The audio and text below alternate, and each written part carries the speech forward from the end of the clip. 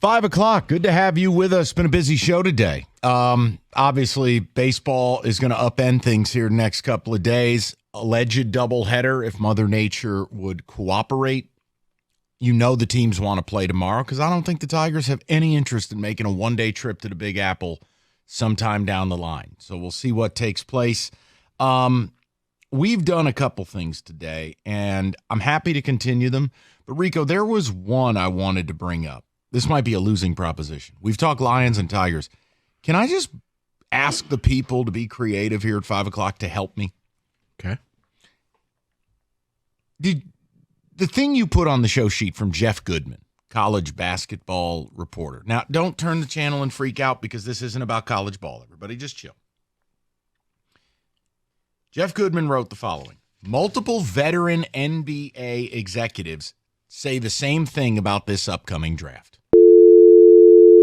Worse. Worse. It's the worst NBA draft they've ever seen. Close quote. I bring this up because I have a question for everyone in this room and everyone driving their car.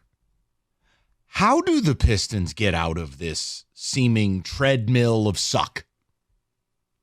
If this draft is the worst draft ever, great. Okay, that's not going to help us. If we have $65 million of cap space that no one wants, if we have a roster that doesn't work, and we have a GM who may or may not be here, how do you realistically do what the Lions have done? How do you do what the Wings are attempting to do? How do you do what Scott Harris is doing?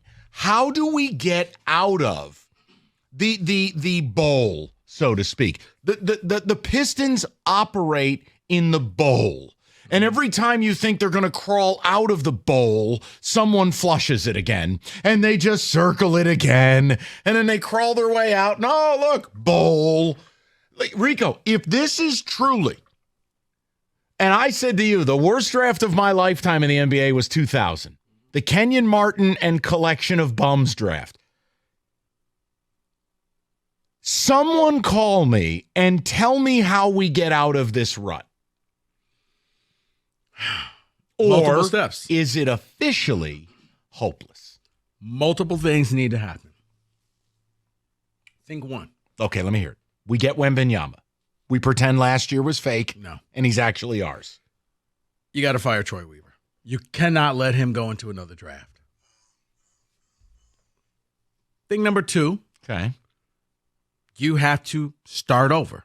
You have to do what Sacramento did. You got to get rid of Cade. You got to move Cade. He's your only valuable piece that you have. See what you can get for him. You call up San Antonio. You call up other teams. What can we get in return for him?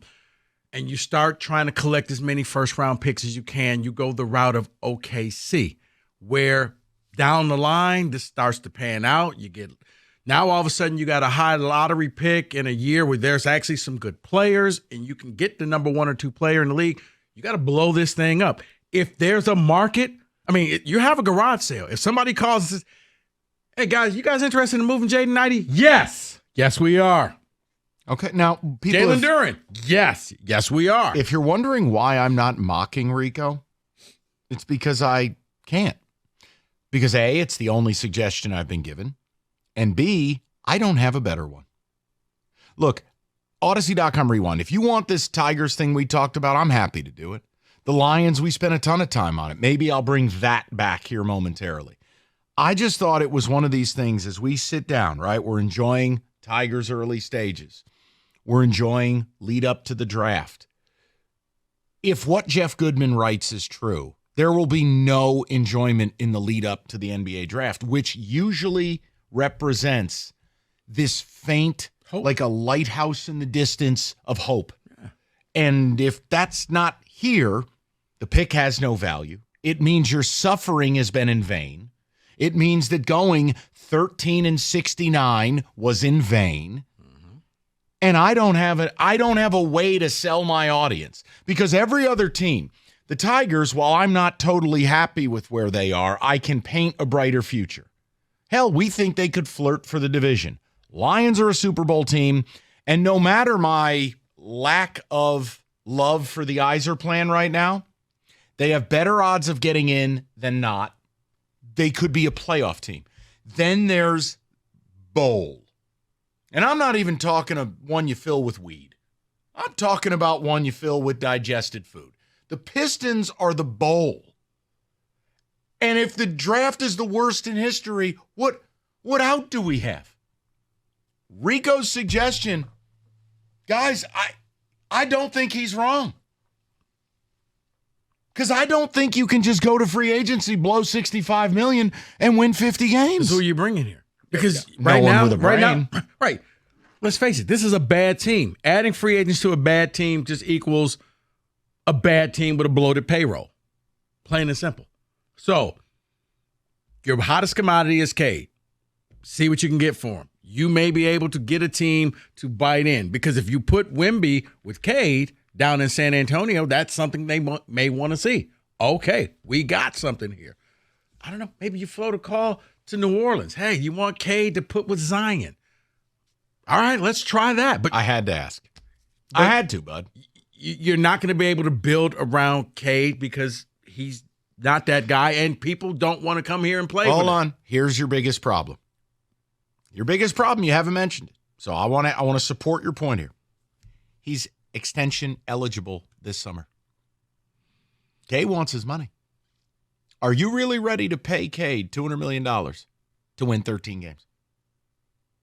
How does it fit your timeline? The answer is it doesn't. I mean, it would be the equivalent right now of the Panthers paying Bryce Young $55 million a year to win 2 games. Rico's not crazy, guys. I just had to mention it. Now, Lions thing.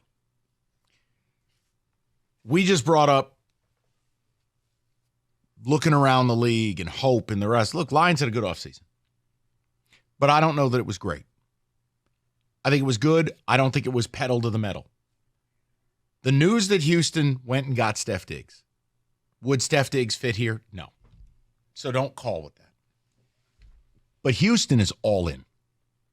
They're all in. I mean, they have said our window, our time is right now. And whether it was Joe Mixon, whether it's Steph Diggs, whether it's going out and getting Danielle Hunter, they're all in. And they are scary on paper. Is there any envy as a Lions fan where you look at it and you go, I like what we did, but that looks a little better. I know my team wants to win, and I trust how we're building. That team's going for it all.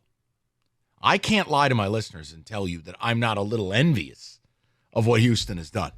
And that on paper, I actually think they're better than you. Now, luckily, they're not in the NFC. But I'll tell you one thing. If you're asking me who the biggest threat to the Chiefs is right here, right now, I think it's Texans. That's saying something. So I just wondered. And we've had a good conversation with people all day. It is something where we like what Brad Holmes has done. But there's more to do. Doesn't it feel like there's got to be something else for us to all unite this summer and go, okay, Super Bowl or bust?